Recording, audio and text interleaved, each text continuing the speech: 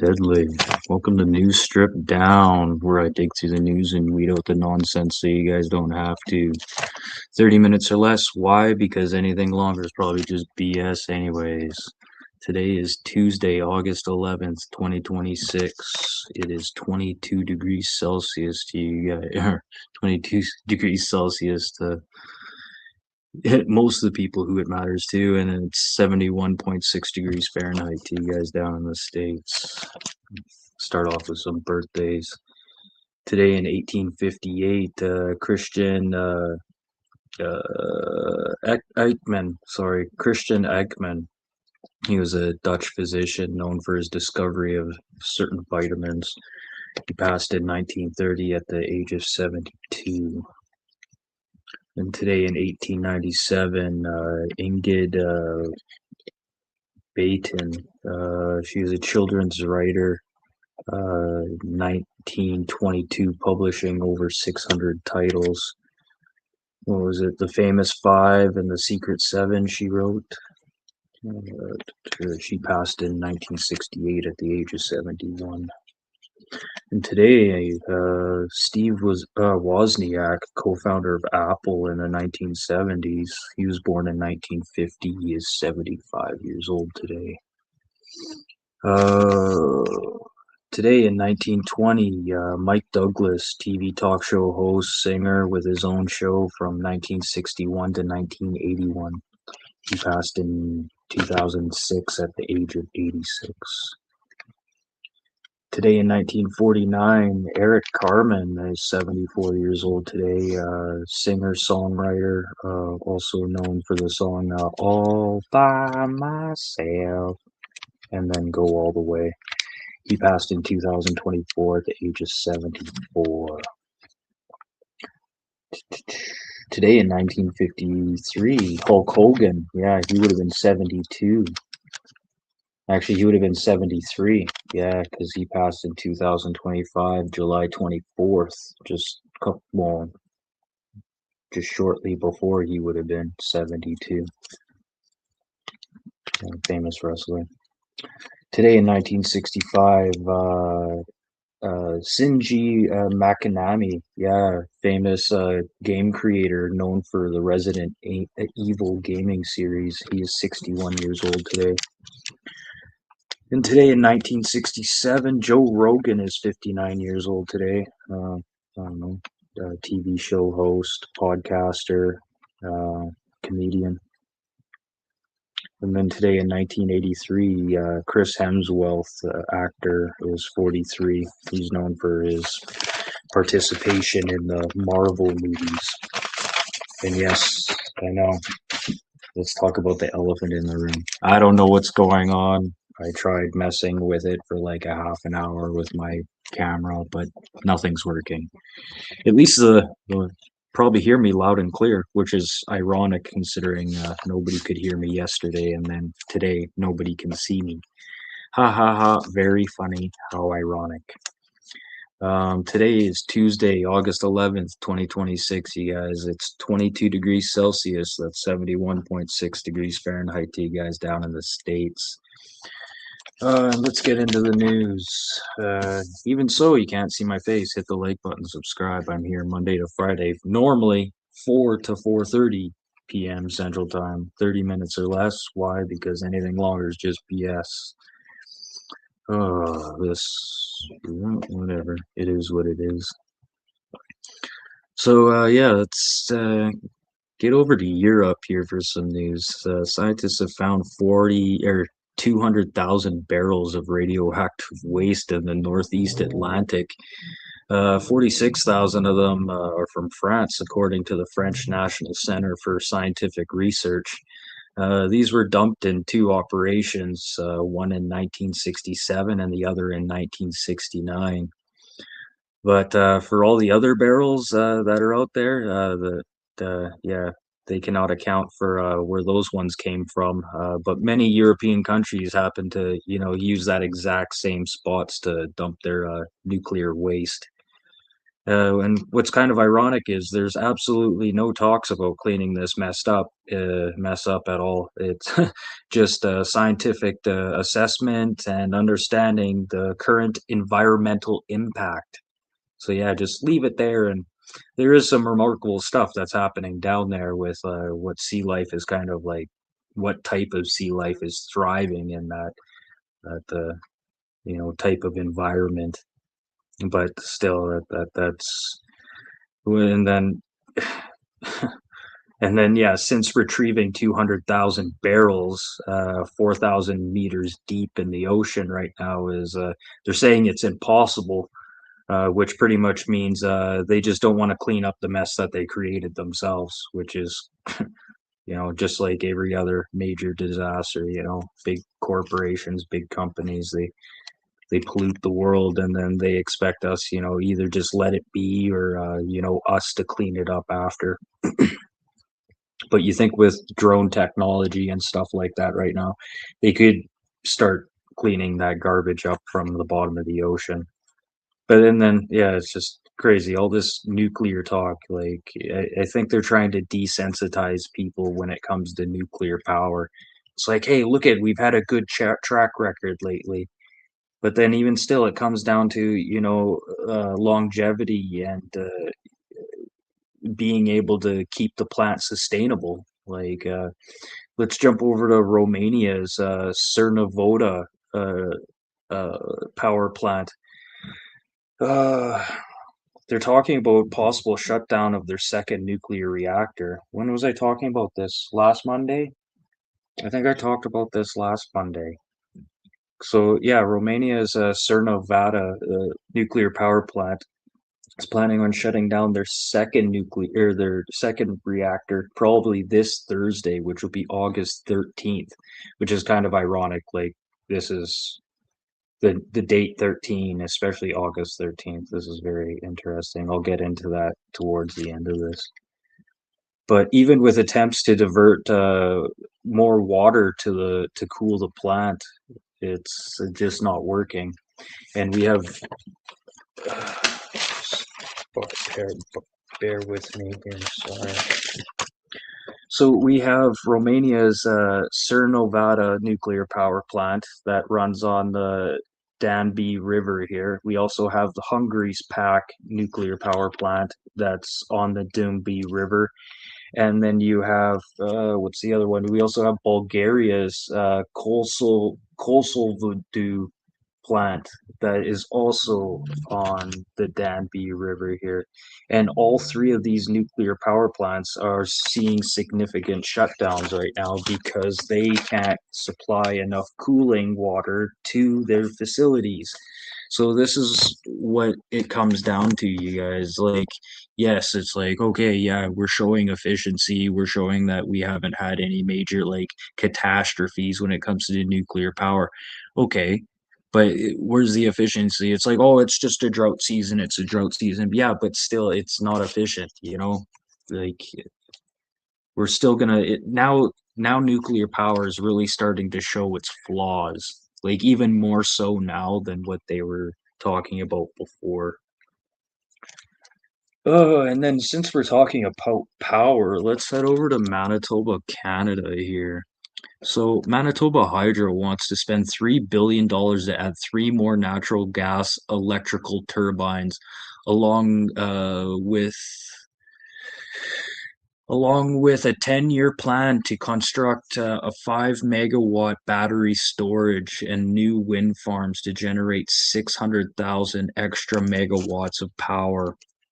And they want to do this by around 2035. But then let's jump back over to the three more natural gas electrical turbines. Critics and normal full-brain people are finally speaking up about the efficiency of these natural gas turbines, and these, especially the station that they have in Brandon, Manitoba. There, it was found to underperform. Well, from day one, it showed to underperform, which they aren't talking about specifically right now. But let's go back to day one when they blew the doors off the building.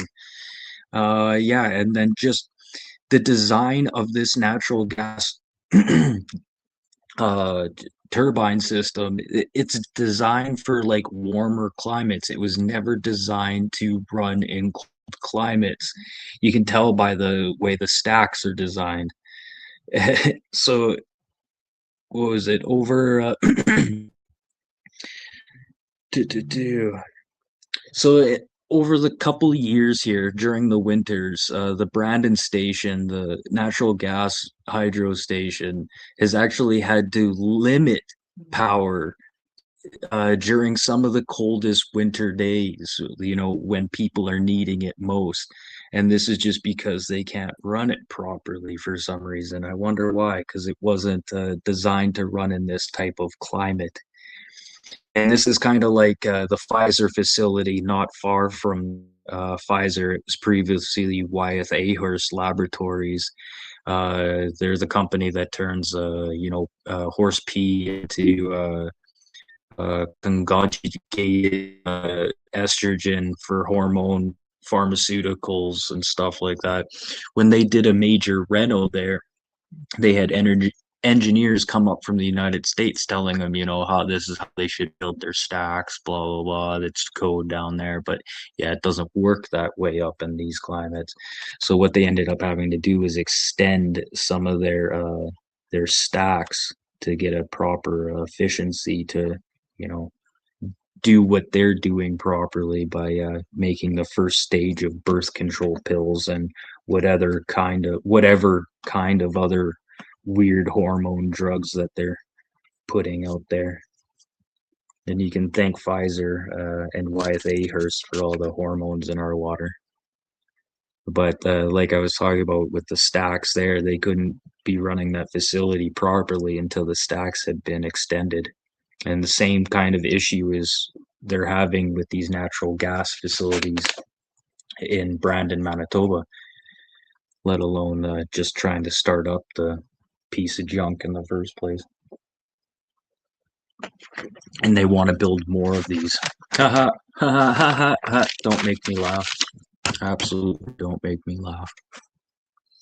So yeah, don't forget to hit the like button, subscribe. I'm here Monday to Friday, 4 to 4:30 p.m. Central Time normally, but obviously I'm having issues. So yeah, don't forget to hit the like button, whether you see my face or not.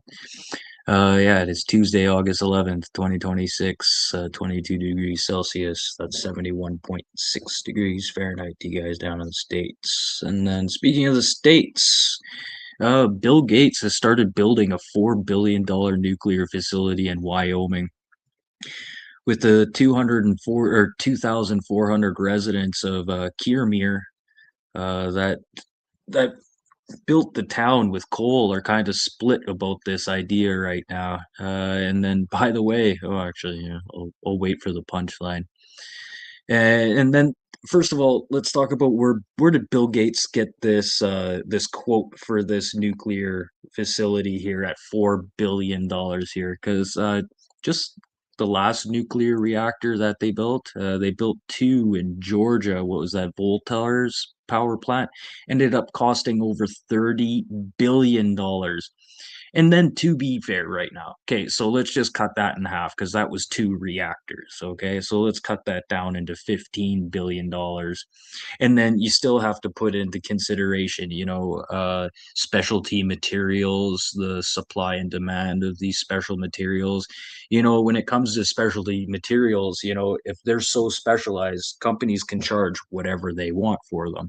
So to say that, this project is only going to cost $4 billion, that is literally blowing smoke up somebody's, yoo-hoo, if you know what I'm talking about. Because just right now, as it's sitting, the way I'm looking at this is going to cost at least $20 billion for this project. And I hope Bill Gates funds most of the money, but the punchline is, boom, boom, Bueller. Yeah, the punchline is the town of Kiermere, yeah, has put $2 billion towards this project. Yeah, WTF. Like, really, trust me. Are nuclear is that something you want to be investing money into? You know, that's such a that's a tricky fine line to be crossing right now when it comes to investing money into projects. Do you want to be investing into nuclear power? Uh, I don't know. And I don't know. It almost seems like they kind of suckered this town. Bill Gates suckered this town and been like, "Here, I'm going to give you revenues of this and that." But I don't know. To tell you the truth, with what's happening in the world right now, I don't see a nuclear power plant creating a heck of a lot of revenue long term. Yes. And then yesterday, this is interesting how things just happen, eh? I was talking about Hanwha Group.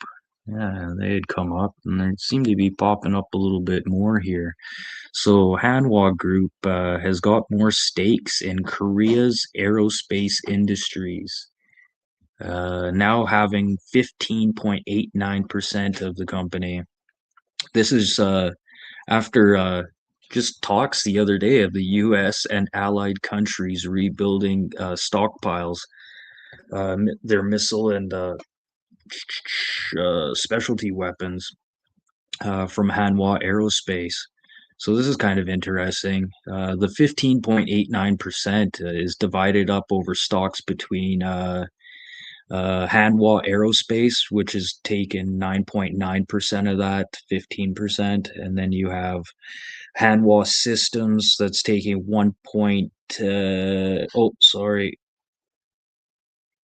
Hanwha's taking 9.9, sorry, percent of that, and then Hanwha Systems is taking 4.89% of that 15%. And then lastly, you have 1.01% by Hanwha Aerospace USA. Remember how I was talking? I'm like, Hanwha US, they're getting ties together here. I don't think anyone's realizing what's happening here. And no one's really talking about Hanwha and, how the US are pretty much hand in hand. This is obviously a perfect reason why Canada didn't go with their submarine deal and ended up going with the German deal is because less sticky fingers when it came to that Korean sub deal. So yeah, Hanwha, yeah, they're definitely the reason that they're purchasing up some of this Korean aerospace industries is they're kind of bolster up, securities so they can produce more weapons.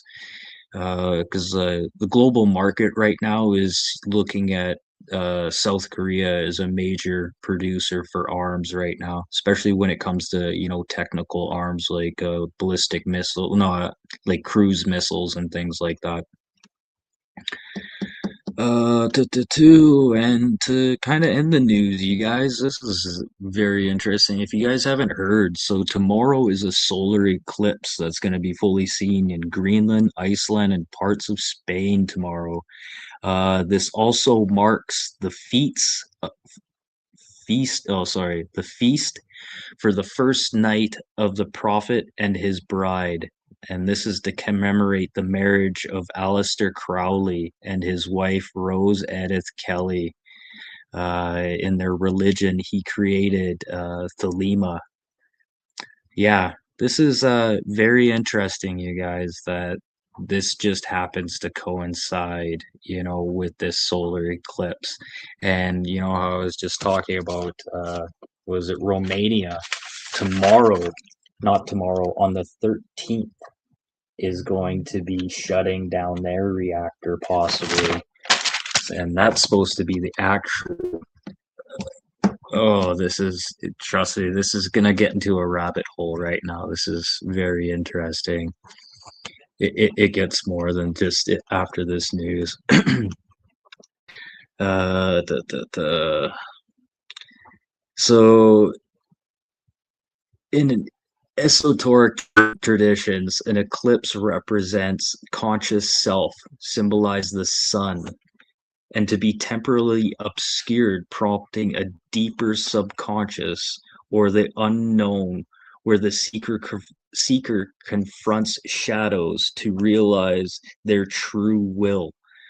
stripping all but your true self and driven purpose in life. Yeah, that's pretty interesting. Yeah, and not only that, uh, I'm gonna just do this one thing right here from things that, well, whatever.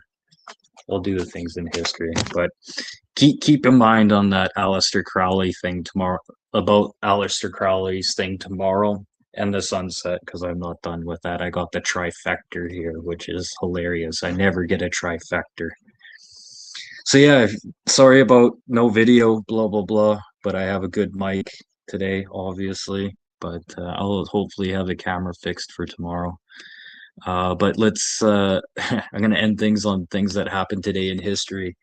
Like I said, 30 minutes or less. Why? Because anything longer is probably just BS. News stripped down. I'm here Monday to Friday, 4 to 4:30 p.m. Central Time. Normally, but I had some camera issues, which I obviously didn't get to resolve. So, okay, yeah, let's end things off on things that happened today in history, August 11th. Oh my goodness. I'm gonna leave that one for the end.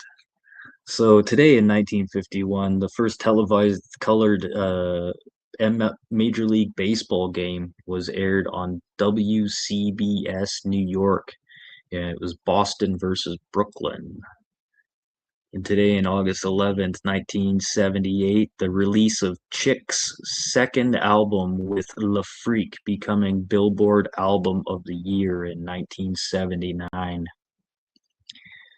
Today, August 11th, 1929, Babe Ruth hits his 500th home run as a New York Yankee at League Park in Cleveland, obviously playing the Indians. And then today in 2003, NATO takes command of peacekeeping missions in Afghanistan, their first mission of its size in 54 years. And today in 1988, Al Qaeda is formed in Peshawar, Pakistan. Yeah, 1988. I actually thought it was formed a little bit earlier than that. I thought it was closer to like 1982 or something like that. And then today in 1945, the Allies refused Japan's offer to surrender if the Emperor Hirohito would remain in power. And then here's the trifecta of this whole Aleister Crowley, the whole eclipse tomorrow. This is hilarious. So in 11 BC, this is traditionally considered the starting date of the Mesoamerican long count calendar, aka the Maya calendar. Yeah, figure that out. But some people say it was really the 13th of August. See the 13th again? And then Crowley's wedding day, and then the full moon. Trifecta. I wish you guys could see me for this. The absolute trifecta. Not too often that you have like worlds colliding. Three things. That's three things. I wonder if anyone, if you guys could think of anything else major that is happening tomorrow. Well, on the 13th, we have Romania's reactor shutting down. So I don't know. That's two things for them. So we'll see what happens. We'll see if the world ends. But it has nothing to do if you Aleister Crowley's religion. It has nothing to do with really the world ending. It has the coming, showing new light of something, a new light of darkness, showing possibly maybe a false prophet. But it's funny that nobody's really talking about that. You know, I don't know. It's Aleister Crowley. I know he's a little bit of a weirdo, but there's still a lot of people that follow that. And religiously for sure. And then think about tomorrow. There's going to be a lot of people in Thelema, Thelema that are going to be inducted into the religion tomorrow. It's going to be a big thing, like people getting their patches. Be like a biker getting their patches tomorrow. when it comes to Aleister Crowley and his religion there. So that's another thing. So it'd be cool to kind of figure out where their ceremonies are going to be held. But what is it? I think there's one in that forest, in that national forest there. That's going to be happening tomorrow too. Yeah. That's what's so funny is nobody talks about it until after it happens, but we all know these things are going to happen. Like it's not publicized, but if you could put the puzzle pieces together. So yeah, let's see what happens. Be interesting. But considering my bloody camera's not working, I don't know. I don't know. I'll try and figure this out for tomorrow and see what I can do. There's literally in time on StreamYard right now because I have 21 hours to play with. Not that I ever use my 21 hours, but it would be nice to, use them for other things. Mm-hmm. And yeah, no comments or anything. I didn't think those would go very good for me. But anyways, 30 minutes or less. Anything longer is just BS. And so sorry there's no camera today, you guys.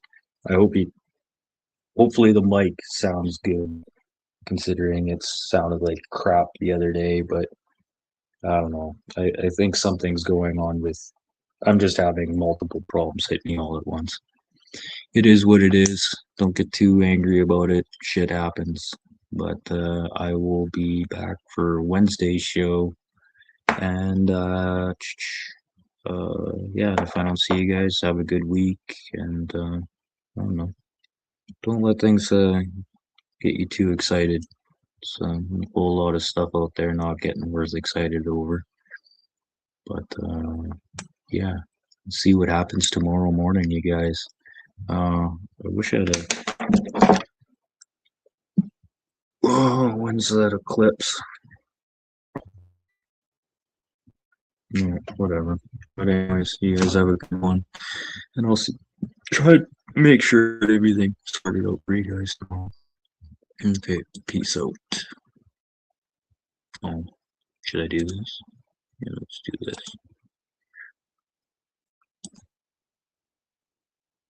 Yeah, it's really stripped down. Yeah, stripped down to no camera now. Uh, see you guys later.